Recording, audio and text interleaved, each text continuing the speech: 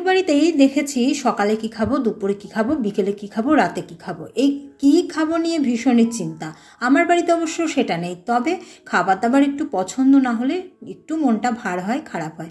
তো যাই হোক, আজকে কিন্তু সন্ধেবেলায় ভেবে নিয়েছিলাম যে আজকে একটু অন্য কিছু বানাবো, যেহেতু সকালবেলায় রান্নাটা আমাদের ঠিকঠাক হয়নি, স্কুল থাকে, অফিস থাকে, আর ভীষণই ব্যস্ততা থাকে।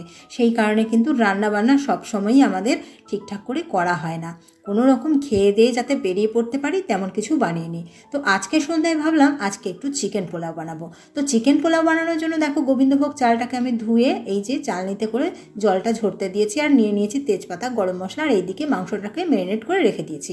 এখন এইদিকে দেখো গ্যাসে কড়াই বসিয়ে দিলাম, তারপরে দিয়ে দিলাম তেল। এবারে খুন্তি দিয়ে একটুখানি আমি তেলটাকে নেড়ে দেবো যাতে তেলটা তাড়াতাড়ি গরম হয়ে যায়। আর তারপরে এর মধ্যে আমি দিয়ে দিলাম ফোড়নটা, তেজপাতা, লবঙ্গ, এলাচ, দারুচিনি সব কিছু। আর তারপরে এর মধ্যে ম্যারিনেট করে রাখা মাংসটাও দিয়ে দিলাম। আর তারপরে খুন্তির সাহায্যে ভালোভাবে নেড়ে চেড়ে এটাকে কষিয়ে নেবো যতক্ষণ না মাংসটা ভালোভাবে কষা হয়ে যায়। আর এই চিকেন পোলাওটা করা কিন্তু খুবই সহজ। যখনই ঘরে আমার একটু অল্প মাংস থেকে যায় আমি কিন্তু এটা করে নিই। অনেক দিনই আমাদের ভাত খেতে ইচ্ছে করে না, আর ঘরে যখন তরকারিও বেশি থাকে না তেমন সকালের, তখন কি করি সন্ধ্যের দিকে এটা বানিয়ে নিই, আর রাতে আমরা এটা খেয়ে নিই। ভূতু এটা ভালোবাসে, আর ভূতুর বাবাও কিন্তু ভালোবাসে। তো ঝটপট করে এটা বানিয়ে নিই, আর কিছুই লাগে না এর সাথে।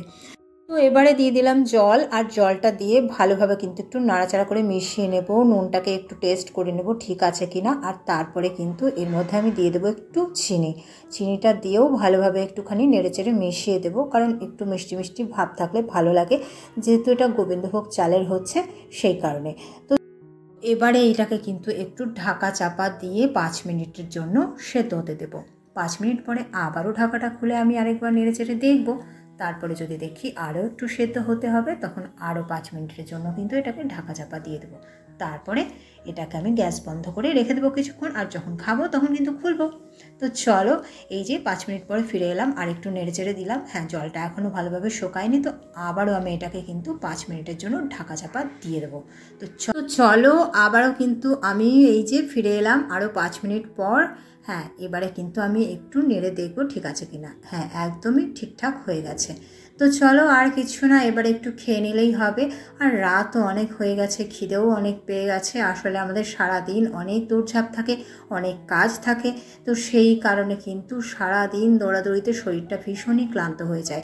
তো এবারে ঝটপট একটু বেড়ে নেব, তারপরে কিন্তু খেতে বসে যাব। তো দেখো, বেড়ে নিয়েছি প্লেটে, আর ভূতুর বাবাকে কিন্তু বসিয়ে দিয়ে এসেছি। এটা আমার প্লেট, আমি এখান থেকে বেড়ে নিয়ে তারপরে চলে যাব, গিয়ে টেবিলে বসবো আর খাবো।